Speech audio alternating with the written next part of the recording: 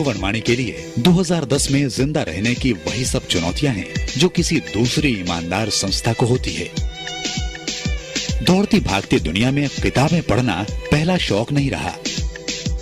Piracy का खतरा किताबों पर भी है। फिर महंगाई ने जब पेट पर ही असर डाल दिया तो शौक पालने की हिम्मत कितने लोग जुटा पाएंगे। एक किताब का दाम इस समय 350, नया एडिशन जो आया है वो 400 रुपए का है। शुरुआत हुई थी 35 रुपए की। जब से खास तौर से महंगाई का मामला आया है, आदमी रोटी सब्जी के लिए मोहताज हो रहा है, किताबें कहाँ तक खरीदेगा। फिर भी इज्जत से बिक रही है, कम बिक रही है लेकिन बिक रही है।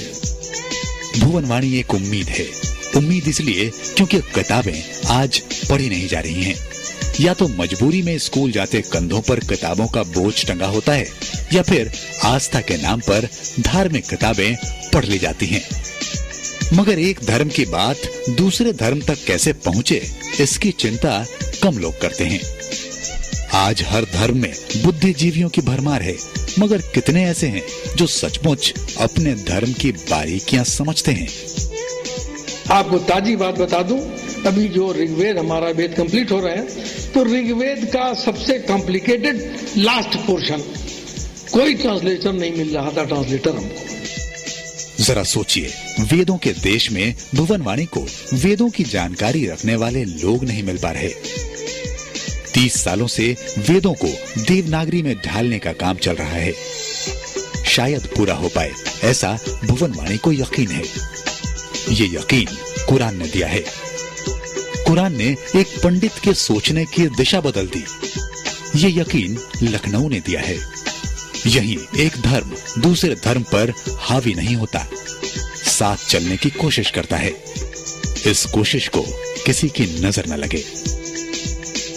सन 75 में जो पहला विश्व हिंदी सम्मेलन हुआ नागपुर में, उसमें मॉरिशस के प्राइम मिनिस्टर ने और इंदिरा गांधी जी ने उनको ज्वाइंटली सम्मानित किया।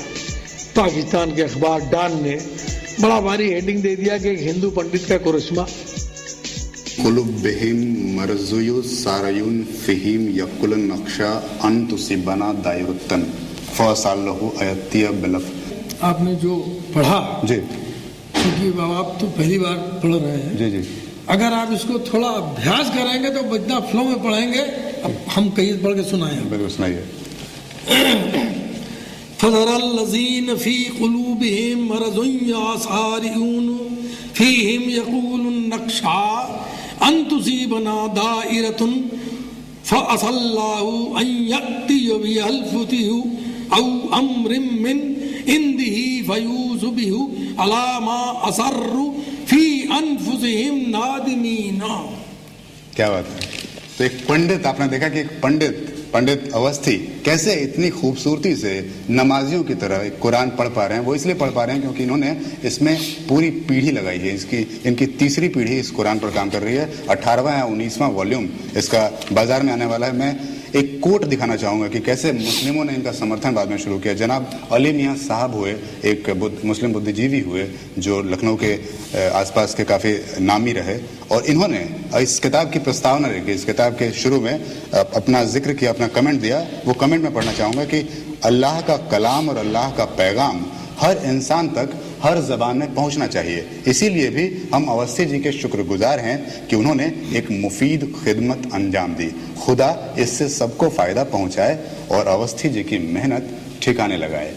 ऐसा लगता है कि अवस्थी जी की मेहनत ठिकाने लग रही है, और न केवल कुरान, सभी धर्मों के ग्रंथ देवनागरी में लिखे जा रहे हैं, पढ़े जा रहे हैं, लोग देख रहे हैं, सुन रहे हैं, समझ रहे हैं।